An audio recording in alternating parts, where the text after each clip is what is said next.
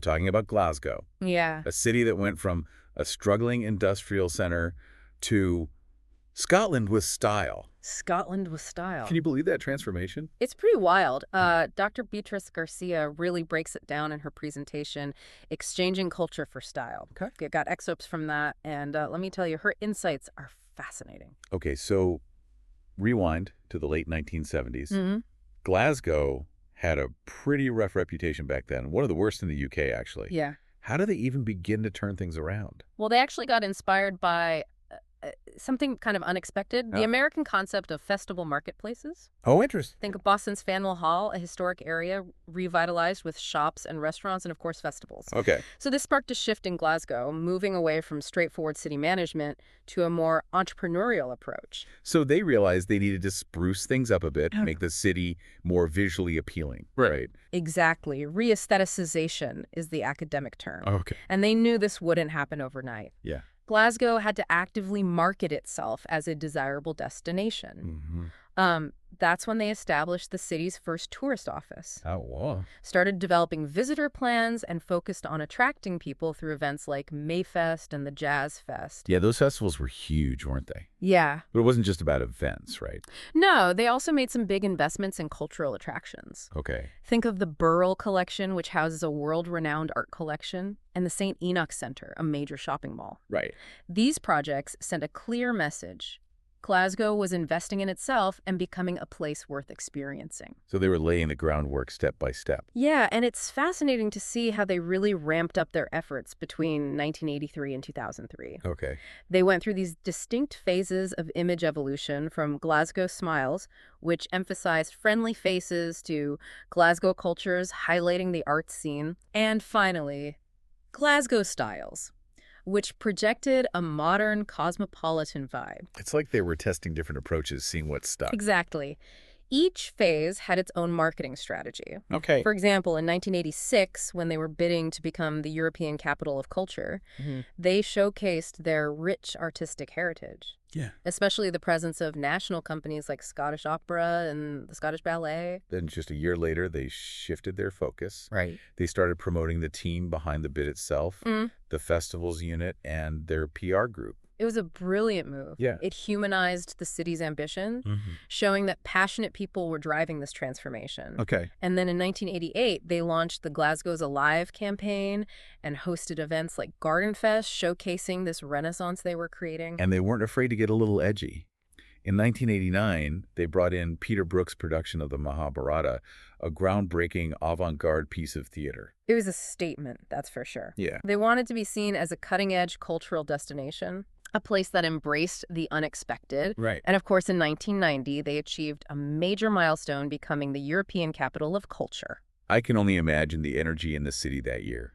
There's a lot of Glas going on. I remember that slogan. That slogan perfectly captured the excitement. But, Right. you know, if you look closely at this period, Okay. you start to notice a subtle shift. Okay. Dr. Garcia highlights this fascinating trend, Yeah. the gradual replacement of people with places in their marketing. Okay, let's delve into that a little deeper. What do you Yeah. mean by that? So initially, Glasgow's marketing emphasized the warmth and friendliness of its people. Okay. But as they progressed, Yeah. the focus shifted towards highlighting renovated spaces, architectural landmarks, stylish venues. The city's physical transformation took center stage. So it became more about the experiences you could have in these revitalized spaces rather than the people themselves. Exactly. And this shift became even more pronounced after 1990. They moved away from the City of Culture label and embraced the City of Europe image, focusing heavily on attracting business tourism. We see programs like the Glasgow Ambassadors, which tapped into local business leaders, and a dedicated scheme for conferences and conventions. And let's not forget those catchy promotional campaigns that really helped reshape their image. They had the second run of Glasgow's Miles Better in 1994, followed by Glasgow, the Friendly City, from 1997 to 2004. And finally, the one that really stuck, Glasgow, Scotland with Style, 2004-2005. Each campaign built on the last, playing with those existing perceptions of Glasgow as a rough-around-the-edges city, while simultaneously showcasing its newfound style and sophistication. It's like they were saying, hey, we've still got that grip, but look at how far we've come. Right. And to reinforce this message, they hosted a series of high-profile events. Sound City in 1994, which focused on music and the creative industries.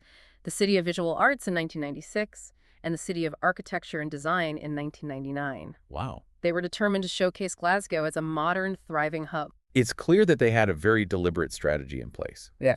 But what's really interesting is how Dr. Garcia lays out these key changes in a visually compelling way. She does. It's like a roadmap of Glasgow's reinvention. You can see the progression from smiles to culture to style, from people to places, and then there's a question mark, maybe back to people again. It's fascinating. Here's where things start to get really intriguing. Absolutely. You see the city's focus expanding from local to national to international. Old Glasgow gives way to New Glasgow. And their approach evolves from entrepreneurial to strategic, from simply marketing to building a powerful brand. That's a remarkable transformation when you lay it all out like that. Yeah. But what were the driving forces behind all these changes? Well, there is a clear need to shed that negative image and attract investment tourists and businesses. Right. But it's important to recognize that this reinvention was very much an economic-led strategy. It was about creating jobs, boosting the local economy, and putting Glasgow back on the map. Which, on the surface, makes a lot of sense. But this raises a crucial question. Did this shiny new image, this Scotland with style persona, actually benefit everyone in Glasgow?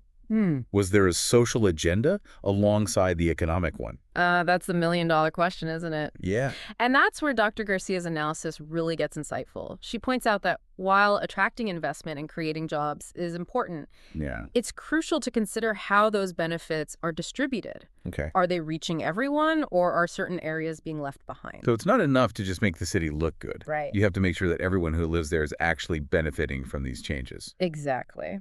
And Dr. Garcia argues that marketing-led regeneration often prioritizes those aspects of the city that are easily sold.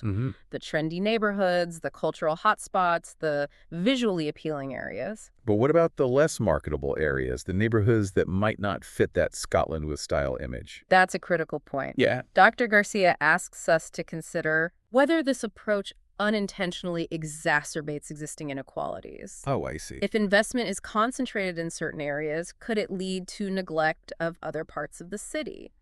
It's almost like putting a fresh coat of paint on a house without fixing the foundation. Yeah. You can make it look nice from the outside, but are you really addressing the underlying issues? That's a great analogy. Yeah. And it gets to the heart of Dr. Garcia's main concern. How do we prevent marketing and branding from reinforcing social biases? How do we ensure that regeneration is inclusive and benefits all residents, not just a select few? So what's the solution? How can cities strike that balance between economic development and social equity? Well, Dr. Garcia suggests a more holistic approach. She argues that we need to move beyond the idea that culture and events are just tools for reimaging a city. We need to recognize that they're vital components of city life. They contribute to the well-being and social fabric of communities. So it's not just about attracting outsiders. It's about nurturing the cultural life that already exists within the city. Precisely.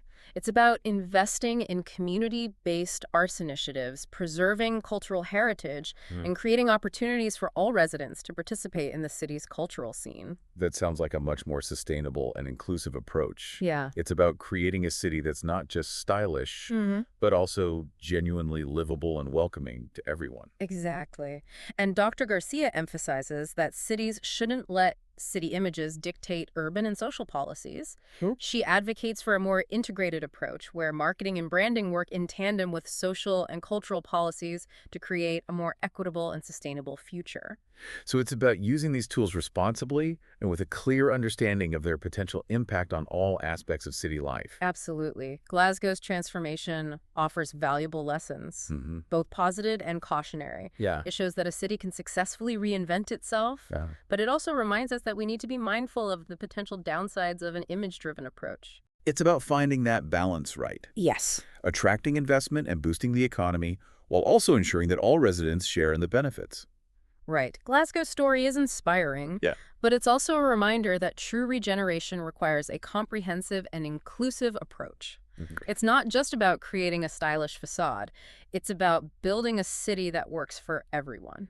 And as we wrap up our deep dive into Glasgow's transformation, I think it's important to leave our listeners with something to ponder. Absolutely. Glasgow's journey highlights the power of city marketing, Yeah. but it also raises crucial questions about responsibility, equity and the long-term impact of these strategies. It makes you wonder, how has your own city or town changed over the years? Right. What role has marketing played in shaping its identity? Has it been for better or for worse? And perhaps most importantly, Yeah. how can we ensure that future development in our own communities benefits everyone, not just a select few? These are questions worth thinking about as we consider the future of our cities and towns. Yeah, it's easy to get caught up in, Yeah. shiny campaigns and slogans. But we have to remember that there's a lot more to a city than just its image. Absolutely. Right. So the people, the neighborhoods, the history, the culture, Yeah. all the things that make a city unique. It's about the whole package, not just the glossy exterior. Exactly. And that's what we hope you take away from this deep dive into Glasgow's transformation. Yeah, and Dr. Garcia's research Yeah. really challenges us to look beyond the surface Yeah. and ask those tough questions Right. about who benefits from these urban makeovers. And to think critically about how we can create cities that are not just attractive to tourists and investors, Yeah. but truly equitable and sustainable for all residents. For all. So what are your thoughts? Yeah. We'd love to hear your reflections on Glasgow's journey and how it relates to your own city or town. Yeah, share your insights with us on social media using the hashtag #DeepDiveGlasgow. And until next time, keep diving deep and questioning the narratives we're sold. Remember, there's always more beneath the surface.